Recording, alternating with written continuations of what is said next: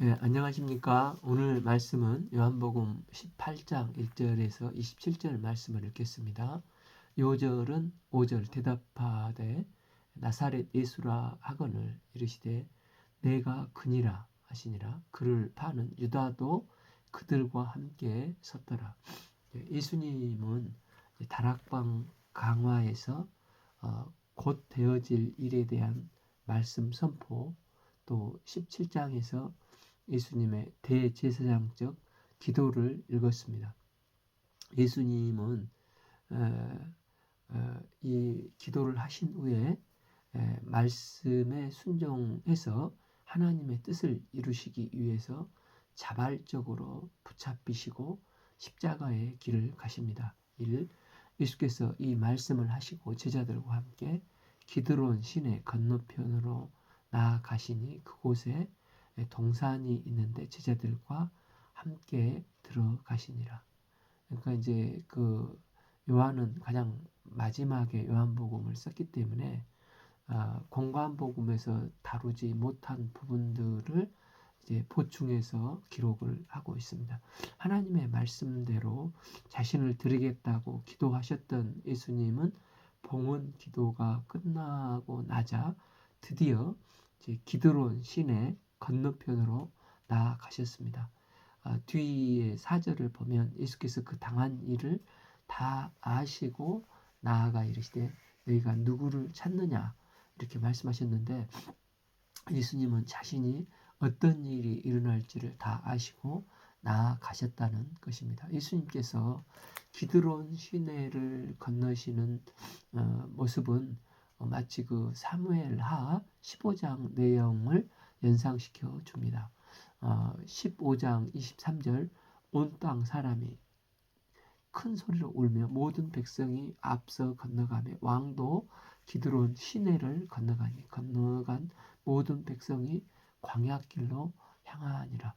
온 땅 사람들이 큰 소리로 울었다는 장면은 다윗이 사랑했던 아들 압살롬에게 배신을 당하고 이 반역 때문에 기드론 시내를 건너는 장면입니다.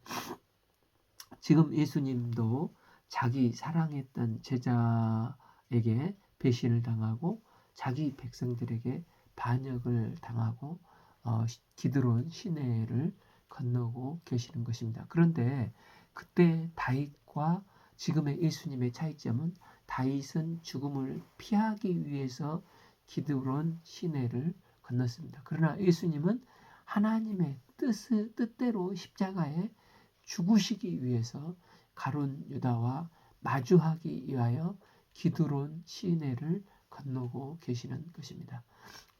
그곳은 가끔 예수께서 제자들과 모이는 곳으로 예수를 파는 유다도 그곳을 알더라. 예수님은 유다와 또 수백 명이 이끄는 로마 천부장 병사들에게 자기 자신을 내어주기 위하여 기드론 시내를 건너셨습니다. 3. 유다가 군대와 대제사장들과 바리새인들에게 얻은 아랫사람들을 데리고 등과 횃불과 무기를 가지고 그를 오는지라. 예수님께서 잡히시는 장면이 펼쳐지고 있지 않습니까? 예수님의 잡히심이 이 사복음서에 다 기록되어 있는데 요한은 아주 특별한 부분을 부각시키면서 기록하고 있습니다. 4. 예수께서 그 당한 일을 아시고 나아가 이르시되 너희가 누구를 찾느냐. 예수께서 먼저 나가셔서 너희가 누구를 찾느냐 말씀하시면서 자신에게 어떤 일이 일어나고 당할 것인지를 다 아시고도 자발적으로 나가셨던 것입니다. 그런데 다른 복음서는 유다가 와서 라비어하고 입을 맞추고 해서 그 군호에 따라서 군인들이 예수님을 체포하는 것처럼 표현하지만 가장 가까이 현장에서 지켜봤던 제자 요한만큼은 이 영적인 부분을 놓치지 않고 예수께서 그 당한 일을 하시고 먼저 나아가셨음을 기록하고 있습니다. 그리고 예수님은 그들에게 먼저 너희가 누구를 찾느냐라고 물으셨습니다. 그러니까 살기등등한 검과 몽치를 가지고 있던 로마 군인들이 이제 대답하되 나사렛 예수라 하거늘 이르시되 내가 그니라 아니라 그를 파는 유다도 그들과 함께 섰더라. 이제 수백 명의 군인들이 검과 칼과 횃불을 들고서 예수님을 잡겠다고 왔는데 예수님께서 먼저 나가셔서 내가 그니라 자기 자신을 에고 에이미 나다 하고 선포를 하시면서 하나님의 신적 권위를 드러내셨습니다. 예수께서 그들에게 내가 그니라 하실 때 그들이 물러가서 땅에 엎드려지느니라.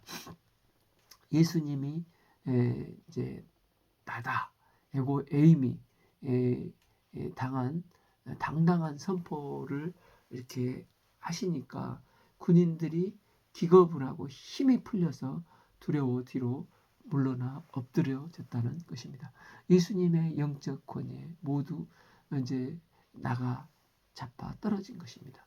성도 개인이나 교회는 이처럼 영적 권위가 있어야 합니다. 이 영적 권위는 기도하는 사람에게만 나타나는 것입니다.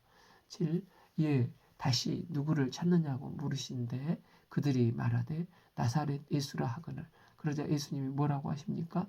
8. 예수께서 대답하시되 너희에게 내가 그니라 나를 찾거든 그 사람들이 가는 것을 용납하라 하니 하시니 9. 이는 아버지께서 내게 주신 자 중에 하나도 잃지 아니하였사옵나이다 하신 말씀을 응하게 하려 함이로라.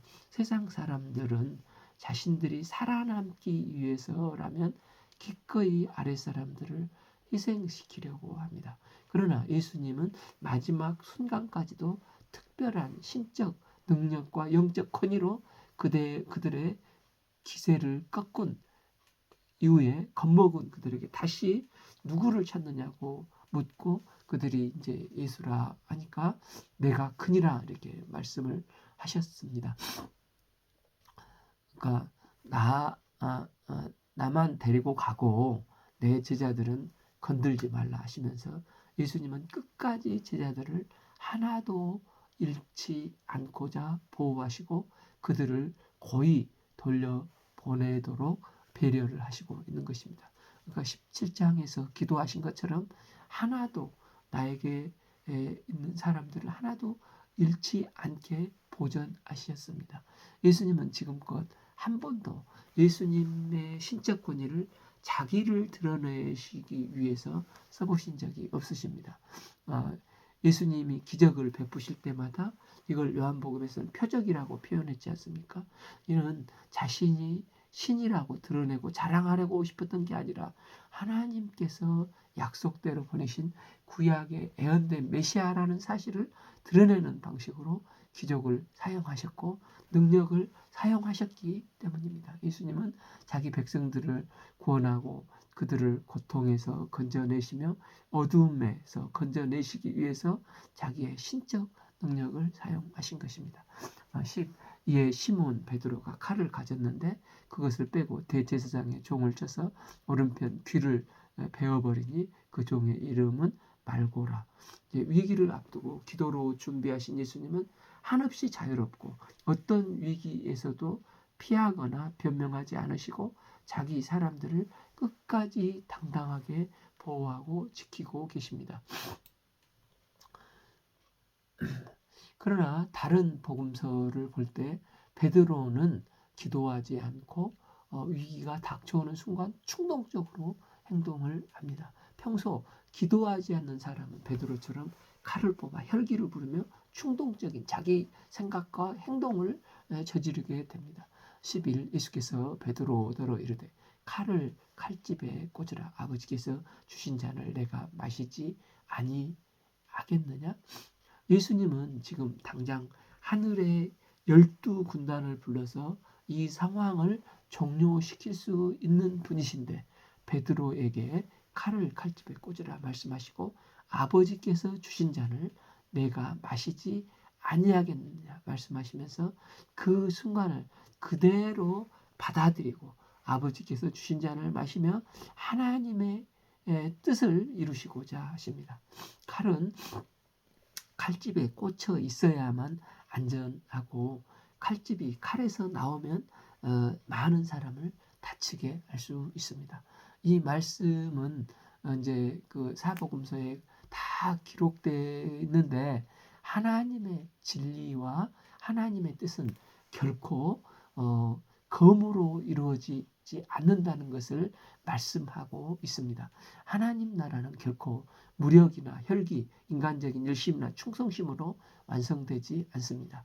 또한 예수님은 칼을 꽂으라 하시면서 하나님께서 주시는 잔을 마셔야 하지 않겠느냐 반문을 하셨습니다. 이는 예수님이 하나님의 뜻을 받들어 십자가에 달리시는 일을 감히 누가 막을 수 있겠느냐 하는 것입니다. 하나님께서 인류 구속 역사를 위해서 주권적으로 이 뜻을 계획하시는데 그 누구도 막을 수 없는 것입니다.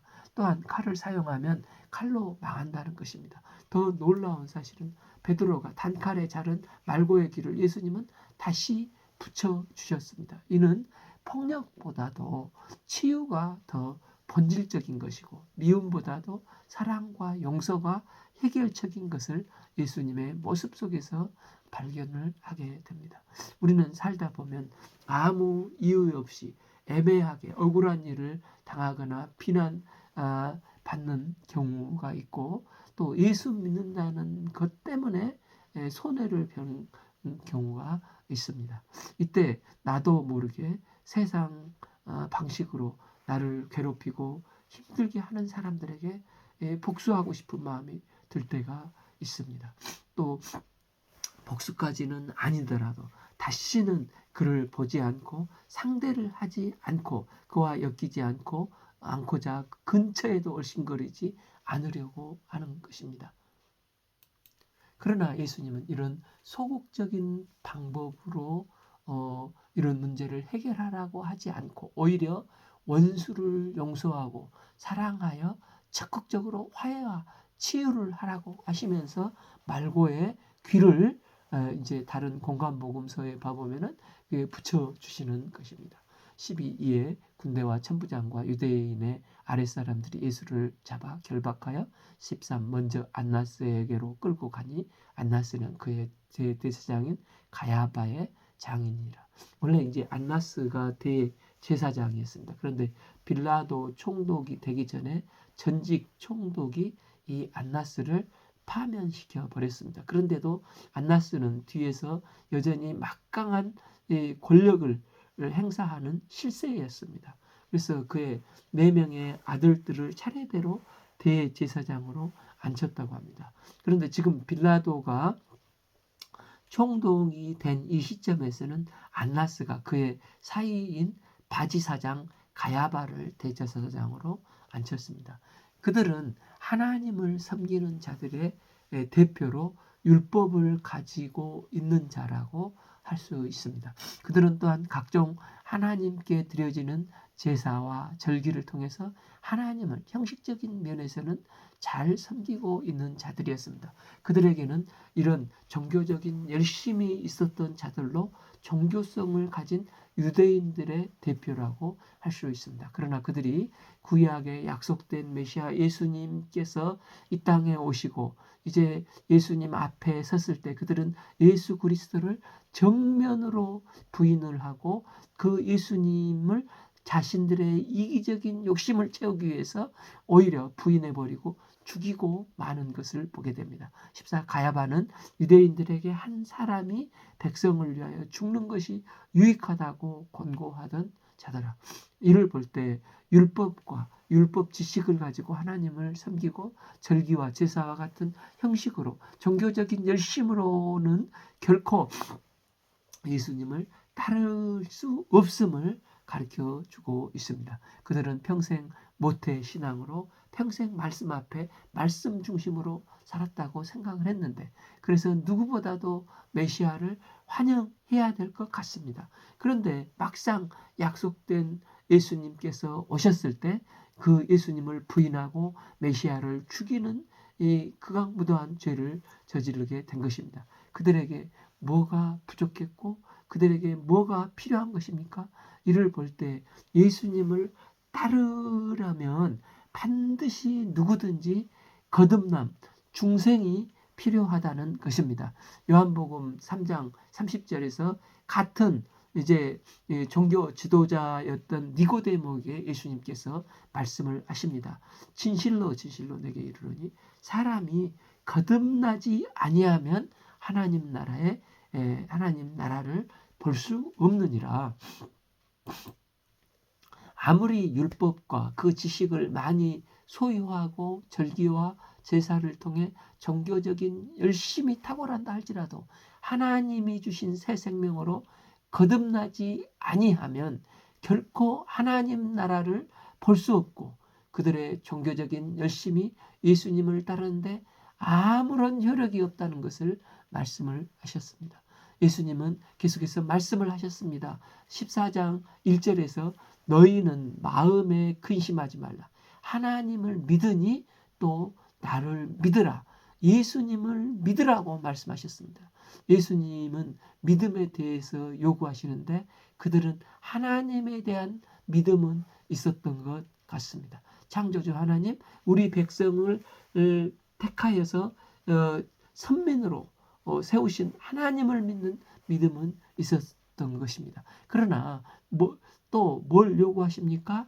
하나님을 믿으니 나를 믿으라. 약속된 메시아 예수님에 대한 믿음을 가져야 한다는 것입니다. 그럼 이 믿음은 어떻게 오는 것입니까? 에베소서 2장 8절 너희는 그 은혜에 의하여 믿음으로 말미암아 구원을 받았으니 이것은 너희에게서 난 것이 아니요 하나님의 선물이니라.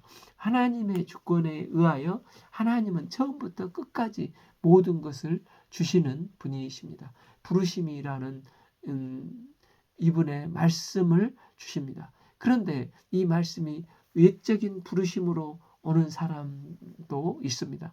귀로는 듣는데 영어로는 듣지 못하는 사람들입니다. 그래서 하나님은 우리에게 내적 부르심의 소명을 우리 가운데 주시고 찾아오십니다. 그리고 우리에게 중생의 은혜가 어떻게 왔는지 모르지만 말씀에 순종하고 좀 기도할 때 주님께서 중생의 은혜를 내 가운데 부어 주시는 것입니다. 여기에서 끝난 게 아니라 정말 중생한 자에게는 살아있는 믿음도 주신다는 것입니다. 그런데 평생을 유대교 안에서 율법을 통으로 외우고 있었다 할지라도 종교적인 열심으로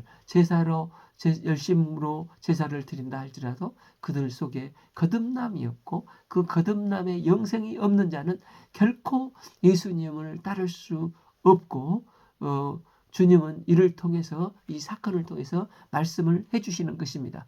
그러면서 본문은 또 다른 대표가 이제 나오는데 베드로가 예수님을 부인했다는 사실을 기록하고 있습니다. 15 시몬 베드로와 또 다른 제자 한 사람이 예수를 따르니 이 제자는 대제사장과 아는 사람이라 예수와 함께 대제사장의 집들에 들어가고 베드로와 이름을 알 수 없는 또 다른 한 명이 예수를 따라가다가 대제사장 집에 이르렀습니다. 아마 요한은 이제 또 다른 한 명은 요한인데 대제사장 집안과 아는 관계가 있었습니다. 그래서 요한만 대제사장 집 안까지 따라갈 수 있었고 나중에 베드로도 이제 마당으로 데리고 들어오도록 하기는 하는데 지금은 베드로는 문 밖에 남아 있습니다. 16 베드로는 문 밖에 섰는지라 대제사장을 아는 그 다른 제자가 나가서 문 지키는 여자에게 말하여 베드로를 데리고 들어오니 그런데 평소에 용감한 척 했던 베드로가 두려움과 공포에 사로잡혀 갑자기 엉뚱한 대답을 하고 있습니다. 17 문 지키는 여종이 베드로에게 말하되 너도 그 사람의 제자 중에 하나가 아니냐 하니 그가 말하되 나는 아니라 하고 18 그 때가 추운 고로 종과 아랫사람들이 불을 피우고 서서 쬐니 베드로도 함께 서서 쬐더라. 하녀가 베드로에게 당신도 예수님의 제자가 아니냐 이렇게 묻자 베드로는 아니라고 대답을 합니다. 이렇게 첫 번째 부인을 하는 것입니다. 사람이 한번 겁을 먹기 시작하면 아무것도 아닌 사소한 일에도 쩔쩔 맵니다. 두려움에 빠진 베드로는 자기 정체를 숨기고 순간적으로 신앙을 부인하는 지경에 이르는 것입니다. 한없이 좋아 보였던 베드로의 그 신앙이 자기 성실에 기초한 믿음이었기 때문에 평소에는 잘 드러나지 않지만 결정적인 위기의 순간에 몰리면 여실히 이렇게 드러나게 되는 것입니다. 베드로가 하녀와 이렇게 옥신각신하고 있을 때 대제사장 안나스가 예수님을 신문하기 시작합니다. 19 대제사장이 예수에게 그의 제자들과 그의 교훈에 대하여 물으니 예수께서 대답하시되 내가 드러내놓고 세상에 말하였노라. 모든 유대인들이 모이는 회당과 성전에서 항상 가르쳤고 은밀하게 아무것도 말하지 아니하였거늘 20일 어찌하여 내게 묻느냐. 내가 무슨 말을 하였는지 들은 자들에게 물어보라. 그들이 내게 하던 말을 아느니라. 예수님은 당당한 태도로 자유롭게 말씀하시지만 아무도 공격하지 않습니다. 기도로서 하나님과 충분히 의사소통을 이루셨고 모든 준비를 마치셨기 때문입니다. 예수님은 공개적으로 가르치시면서 은밀히 할 일은 하나도 없다고 말씀하시면서 그러니 그동안에 가르친 교훈을 알고 싶으면 예수님이 말씀을 들었던 사람들을 통해서 알 것이라고 말씀하고 계시는 것입니다. 22. 이 말씀을 하심에 곁에 있던 아랫사람 하나가 손으로 예수를 쳐 이르되 내가 대제사장에게 이같이 대답하느냐 하니 지금 그들에게 예수님의 말씀이 옳은가 그른가가 중요하지 않습니다. 그들은 예수님의 당당한 태도가 거슬렸던 것입니다. 그래서 이제 경비병 하나가 예수님의 얼굴을 이렇게 손으로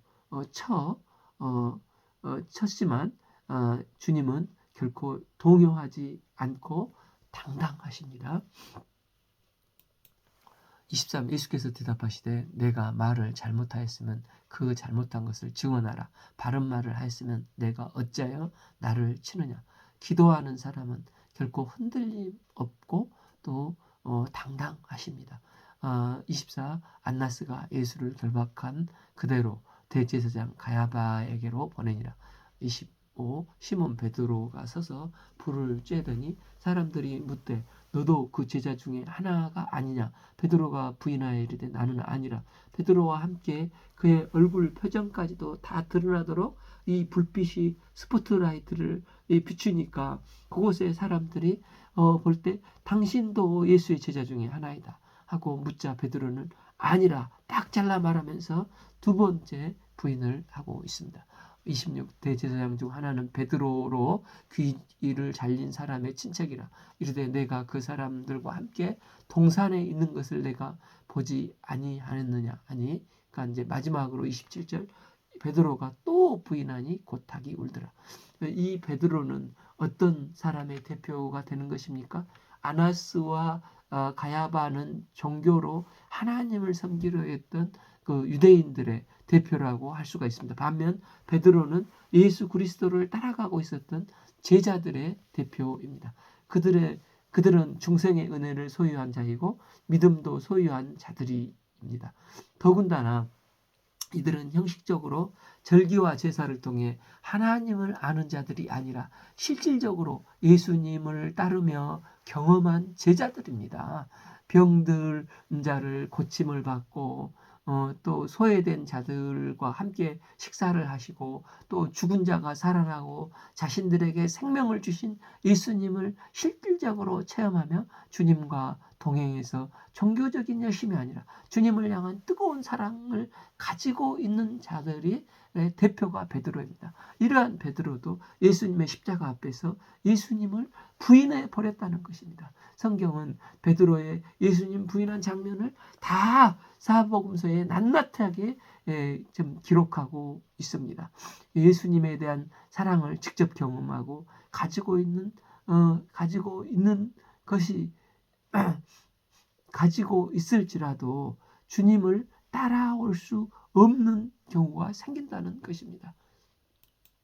그에게 무엇이 더 필요한 것입니까? 그에게는 기도가 반드시 필요하다고 말씀을 하십니다. 마태복음 26장 40절에서 예수께서 오사 그 자는 것을 보시고 베드로에게 말씀하시되 너희가 나와 함께 한 시간도 이렇게 깨어 있을 수 없더냐? 우리는 중생했고 믿음을 가지고 있고 주님에 대한 사랑도 경험했으니까 내가 언제든지 주님을 따라갈 수가 있고 이렇게 생각할 수 있지만 세상의 현실을 엄연한 현실에 맞닥뜨리는 순간에 언제든지 베드로처럼 넘어질 수 있는 게 우리 연약한 인간이라는 것입니다. 예수님은 겟세마네 동산에서 땀방울이 핏방울이 되기까지 기도를 하셨습니다. 그래서 이브리서 5장 7절에서 그는 육체에 계실 때 자기를 죽음에서 능히 구원하실 이에게 심한 통곡과 눈물로 간구와 소원을 올렸고 그의 경건하심으로 말미암아 들으심을 얻었느니라.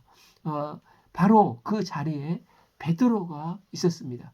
베드로는 통곡과 눈물로 기도하시는 예수님을 선뜻 이해하지 못하고 예수님은 3번이나 그런 그들에게 깨어 기도하도록 하셨지만 그들은 또 곧 잠이 들어버리곤 하였습니다.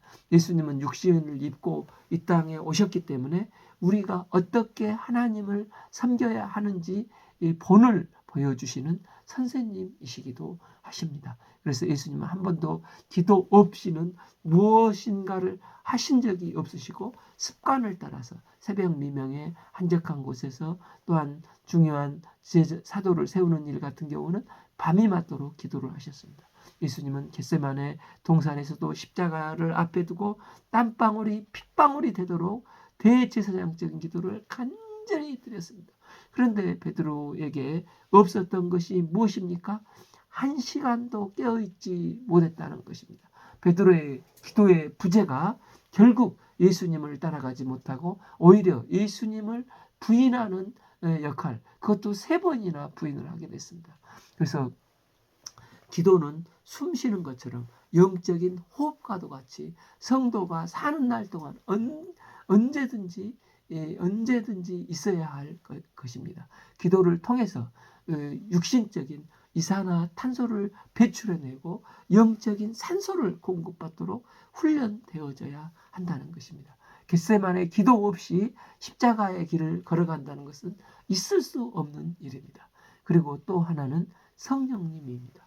베드로는 이제 중생을 받았지만 지금 기도하지 않을 때 성령의 은혜를 덧입을 수가 없었습니다. 성령이 아니라 그러니까 중생의 성령이 아니라 나의 삶 속에서 실제 역사하시는 성령님의 도우심을 덧입어야 됩니다. 그래서 누가복음 24장 49절 볼지어다 내가 아버지께로서 약속하신 것을 너희에게 보내리니 너희는 위로부터 능력으로 입혀질 때까지 이 성에 머물라 이렇게 하시니라.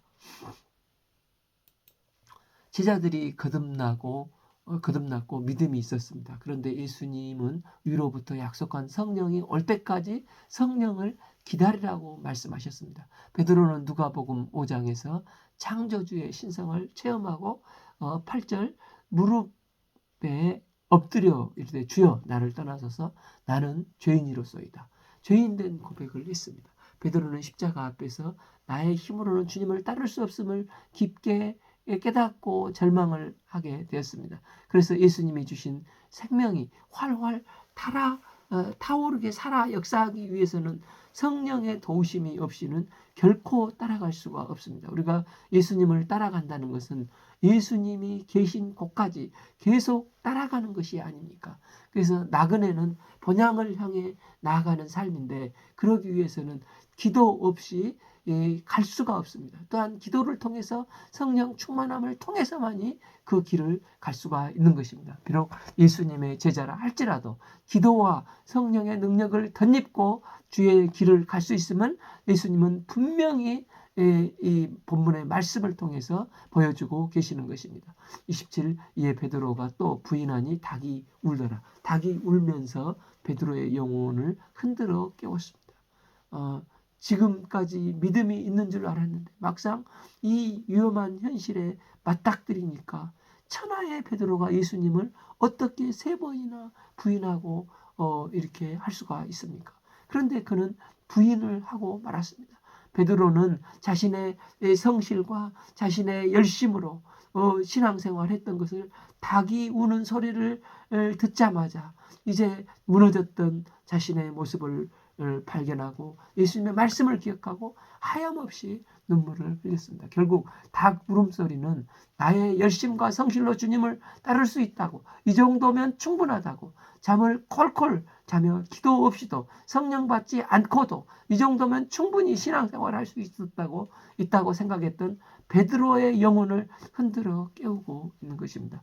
우리가 비록 주님의 제자이지만 기도 없이 성령 없이는 결코 주님을 따를 수가 없고 더더욱 십자가의 길은 결코 갈 수가 없습니다. 우리가 새롭게 말씀을 붙잡고 결심하여서 기도하며 성령의 은혜를 덧입고 살아가는 복된 제자의 삶이 될 수 있기를 기도합니다. 오늘 말씀은 요한복음 18장 1절에서 27절 말씀을 읽었습니다. 감사합니다.